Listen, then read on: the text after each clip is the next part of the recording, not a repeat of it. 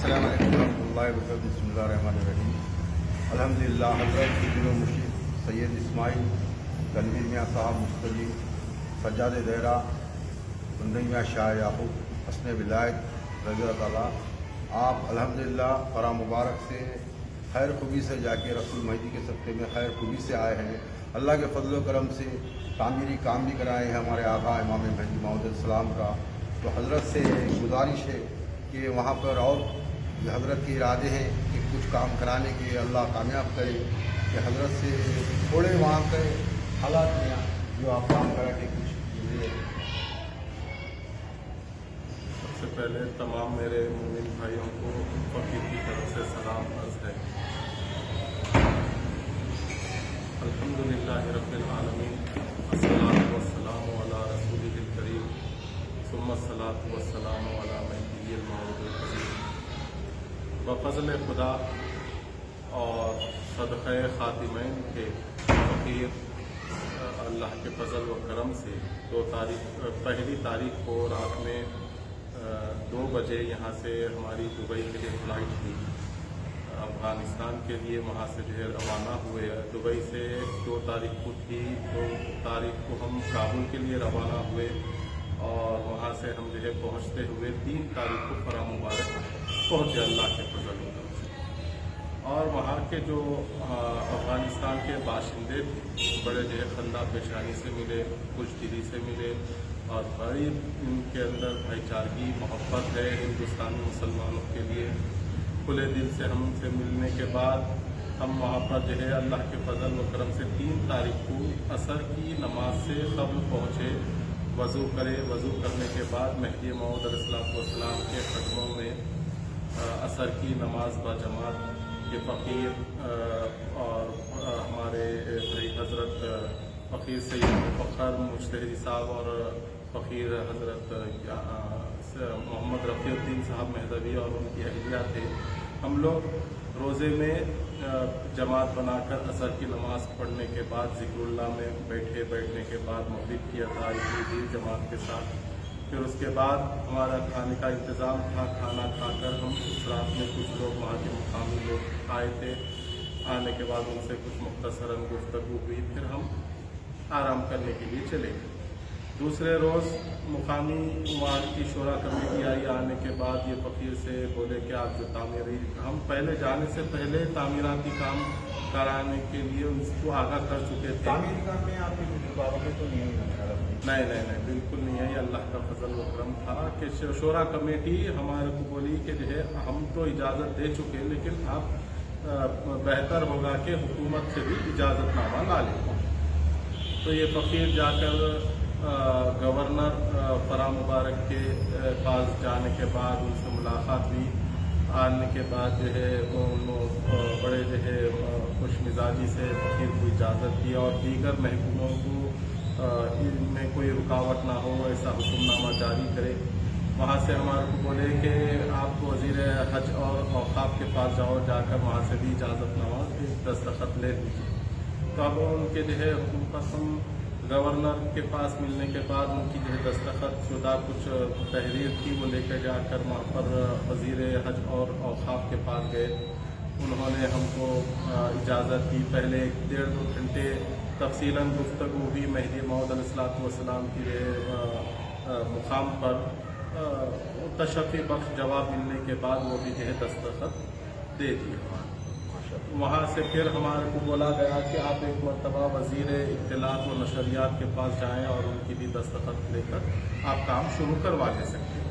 اس کے بعد ہم وزیر اطلاعات و نشریات کے پاس گئے. جانے کے بعد بڑی خندہ پیشانی سے ملے. اٹھ کر اپنی جو ہے جگہ سے اٹھ کر جوتے چھوڑ کر ہم سے گلے ملے. بڑی محبت کے ساتھ خلوص کے ساتھ ہم سے جو ہے بغل گیر ہوئے. اس کے بعد ہم جو ہے اپنا مقصد ان کے سامنے رکھے اور یہ جو پہلے کے محکوموں میں اجازت نامے ملے وہ بھی ان کے سامنے پیش کرے. تو وہ بھی جو ہے رضامندی ظاہر کرنے کے بعد دستخط کرنے کے بعد ہم آپ کو اجازت دے دی. اس کے بعد دوسرے دن سے کام جو شروع ہوا مہدی موعود علیہ السلام کے روزے کا, اور روزے کے اندر مزار اقدس کا تھا, فرش کا تھا, دیواروں کا تھا, دراریں بے انتہا آ رہی تھی وہ ختم ہوئے.